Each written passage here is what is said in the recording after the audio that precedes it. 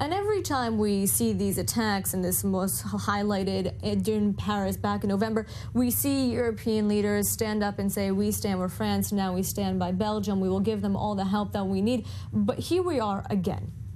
Yeah, well, the difference is that in France, after the terrorist attack of November 2015, the French government actually reacted. It declared a state of emergency, it reformed its constitution in order to repeal the citizenship of terrorists, and of course, it sent its fighters in Syria to bomb the Islamic State. The question is Belgium going to take any similar measures? Belgium, of course, does not have the military capability to send bombers and bomb the Islamic State as France is doing right now. But the question is the Belgian government going also to take tough measures, as the French did, in order to fight this terrorism? Because if they don't, and it's true you just mentioned the far right in Europe, but if European leaders do not address the threat seriously and fight it, this will play, of course, into the hands of the radical parties who say, look, our leaders are not doing anything about it. And Professor, now I'm going to pose to you the exact same question you mentioned in your answer to me. Are the Belgian authorities going to do something like the French did?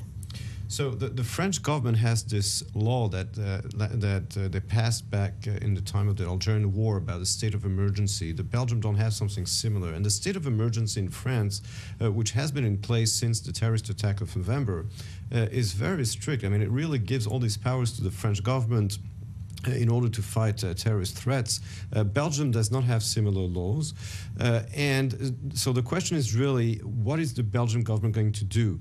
Already today, you hear voices in the media among politicians saying, well, you know, as long as it doesn't affect our freedom and our values, you know, there's a debate in Belgium. I mean, the Belgians do not have the history of the French, who have a much stronger and older state. I mean, Belgium is not really, no offense, but it's not really a country to begin with.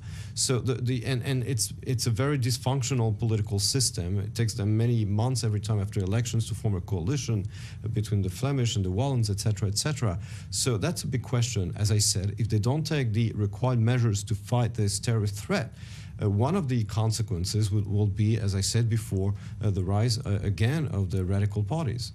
And joining us now live from Brussels is I24 News